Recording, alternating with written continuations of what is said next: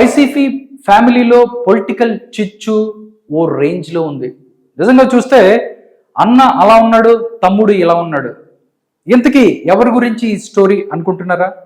మంగళగిరి మాజీ ఎమ్మెల్యే ఆళ్ల రామకృష్ణారెడ్డి ఫ్యామిలీలో రాజకీయ రగడ పీక్ లెవెల్కి చేరింది. ఆళ్ల రామకృష్ణారెడ్డి ఆయన సోదరుడు రాజ్యసభ సభ్యుడు అయోధ్య రామరెడ్డి చిరోదారి చూసుకుంటున్నారనే చర్చ జోరుగా సాగుతుంది.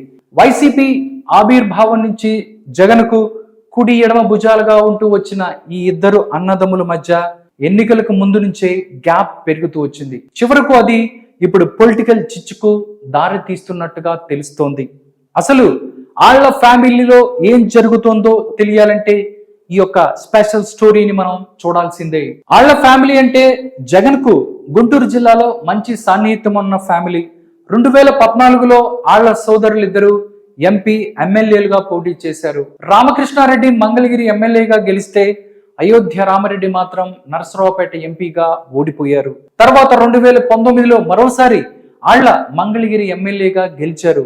అది కూడా లోకేష్ ను ఓడించారు. ఈ ఎన్నికల్లో అయోధ్య రామరెడ్డి పోటీ చేయకపోయినా జగన్ సీఎం అయ్యాక ఆయన్ను రాజ్యసభకు పంపించారు. ఇక తాజా అప్డేట్ ఏంటంటే రామకృష్ణారెడ్డి ఏకంగా రాజకీయాలకు దూరంగా ఉంటున్నారు. ఇక అయోధ్య రామరెడ్డి బీజేపీ వైపు మొగ్గు చూపుతున్నారనేది చర్చ జరుగుతోంది.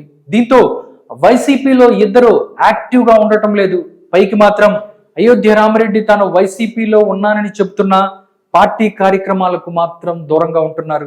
ఇటీవల జగన్ పిలిచి మాట్లాడినప్పుడు మాత్రం తాను వైసీపీలో ఉంటానని, పార్టీ మారే ఛాన్సే లేదని చెప్పారు. పైకి అలా చెప్పటం అయితే చెప్పారు కానీ క్షేత్రస్థాయిలో మాత్రం ఆయన ఎక్కడా పనిచేయటం లేదు. ప్రస్తుతం మంగళగిరిలోనూ వరద బాధితులు ఉన్నారు. కృష్ణానది కరకట్టపై ఉన్న ప్రజలు ఇబ్బందులు పడుతున్నారు. వారిని ఆదుకునేందుకు గతంలో చూపిన చొరవ ఇప్పుడు చూపటం లేదు. దీంతో అయోధ్య రామరెడ్డి వ్యూహం వేరుగా ఉందన్న వాదనకు బలం చేకూరుతుంది. ఇక రామకృష్ణారెడ్డి ఏకంగా రాజకీయాలకు స్వస్తి పలికే దిశగా అడుగులు వేస్తున్నారు. ఎన్నికలకు ముందు ఆయన కాంగ్రెస్ పార్టీలో చేరారు. తర్వాత వైసీపీ బాట పట్టారు.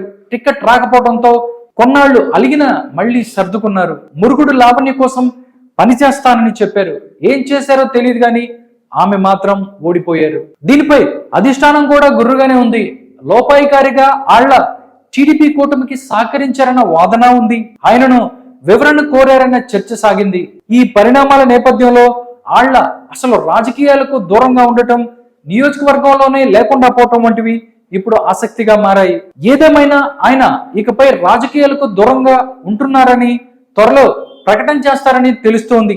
ఇది జరిగితే ఆళ్ల కుటుంబం వైసీపీకి దూరం కావటం ఖాయమని తెలుస్తోంది.